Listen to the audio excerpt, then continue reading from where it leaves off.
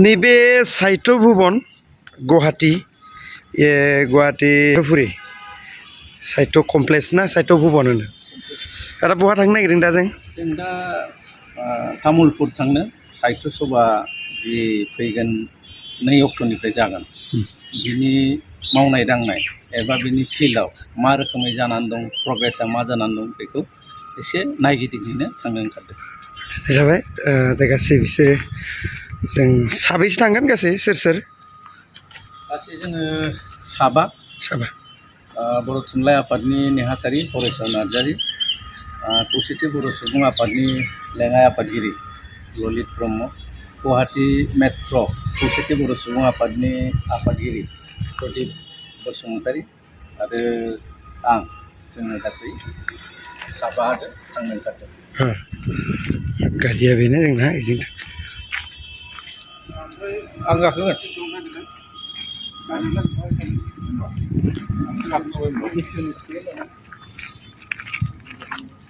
गंनै गारि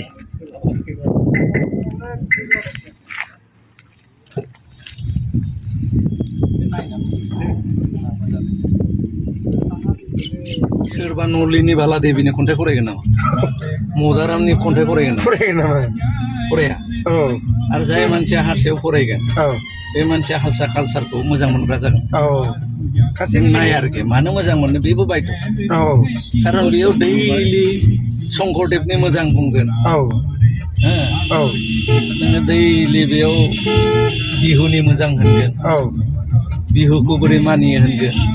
बेयावलाय नोंनि बैसागुनि खोथा खोन्थालाना असमिया बिहुसो जाजोबगोन बेयाव नों नलिनी बाला मोननि खन्थाइ फरायगोन बेयाव नोङो नलिनी बाला नोङो जों दा ओंखारबाय आरो गेस्ट हाउसनिफ्राय ना होमबा गेस्ट हाउसनि साहित्य कमप्लेक्स साहित्य कमप्लेक्सनिफ्राय बर' थुनलाइ आफादनिफ्राय गोबाङानो मिथिखायो साहित्य कमप्लेक्स बर' थुनलाइ आफादनि बे साहित्य कमप्लेक्सआ नैबे अभारब्रिज माने आइएसबिटि बेखौ आइएसबिटि होनना नागिरनानै आइएसबिटि जिथु ट्रेन्सपर्टनि स्टेसन सुपार काउन्टार बेजोंनो नांजाबना थानाय आरो बे गासैबो साखाथि फाखाथि बर' होननाय खोनाजोबदों आं बर' रायजो राजाफोर जों ओंखारबाय दा रङिया फारसे रायलायलांबाय था नोंथांमोना सोरबा नलिनी बाला देवीनि खन्थाइ फरायगोन नामा मदारामनि खन्थाइ फरायगोन नामा फराया आरो जाय मानसिया हारसायाव फरायगोन बे मानसिया हारसा कालसारखौ मोजां मोनग्रा जागोन जों नाय आरोखि मानो मोजां मोनो बेबो बायद' खारन बेयाव दैलि शंकरदेबनि मोजां बुंगोन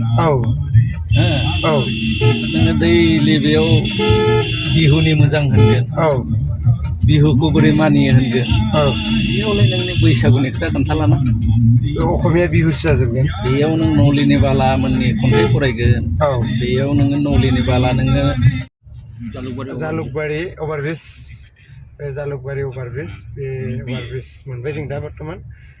दा बेबायदिनो जोङो खोन्दो सम जायगाफोरखौ नोंथांमोननो दिन्थिलांबाय थागोन मोजां रायलायबाय था बे जालुकबारि अभारब्रिज बेनिफ्रायनो गोबां जायगायाव थाङो गवालपारा दुधनाय बायदि जायगायाव बेनिफ्राय थांनाय जायो गावस्रानाय जायो जालुकबारि बेनि गिदिरसिन अभारब्रिज ना माबायाव गुवाहाटियाव जालुकबारि गिदिरसिन अभारब्रिज बेनि ससे थांबानो जों माबाखौ मोनसिगोन सरायघाट दालांखौ नांजाबखानाय दं नालाय एसे जालुकबारि आधा किल'मिटार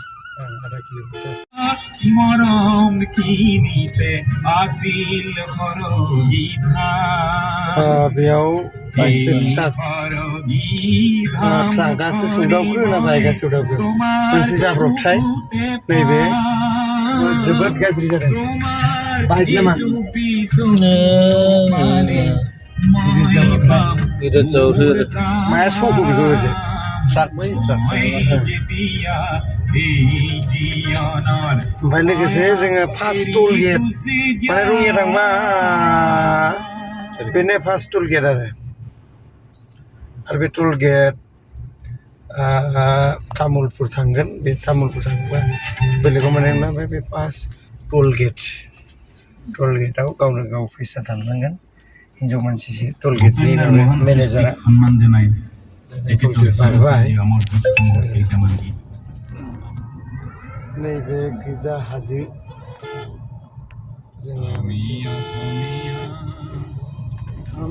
हदु बेजों दिनै जिहेथु पिताम्बरा दा बुंनाय बायदि दिनै माने गुबुन गुबुन आयदानि मोनफ्रोमबो दिनाव मोनफ्रोमबो सुबुंनि माने सायाव माने बिजिरनाय बायदि आदानि जिहेतु बुंनाय बायदि दिनै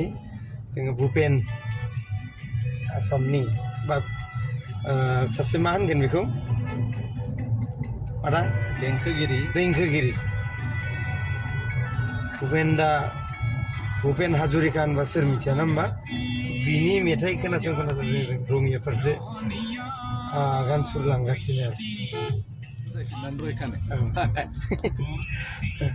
नैबे ब्रह्मपुत्र सराइघाटखौ बारनानै फार्स्ट मोननाय हाजो बे ओनसोलखौ ओरैनो मा होनो मिथिनाय बायदिबा माने उत्तर गुवाहाटीयाव गोलैबाय उत्तर गुवाहाटी बे जयगुरु एरिया जाहैबाय जयगुरु एरिया उत्तर गुवाहाटीनि समायना हाजो राजा लामानि साखाथियाव थानाय समायना हाजो समायना थासारि आरो बे बर'फोर दं बिनि सेर सेर बर'फोर दंना ओरै हाबनानै बर'फोर दं बै आगोलावबो एसे ओरै हाबनानै गामि दरसे दं बर' ना समायना जायगा बेफोरो आमिनगाव ओनसोल इन्डास्ट्रियेल एरिया जाफैबाय दा गुवाहाटीनि गुवाहाटीनि जेसेबां कारखाना माने कम्पानिफोर दं कम्पानि बिराद दंफैयो बे आमिनगावआवनो दं आरो ना इन्डास्ट्रियेल एरिया बेयो गोबां जोंनि बाहेरनिफ्राय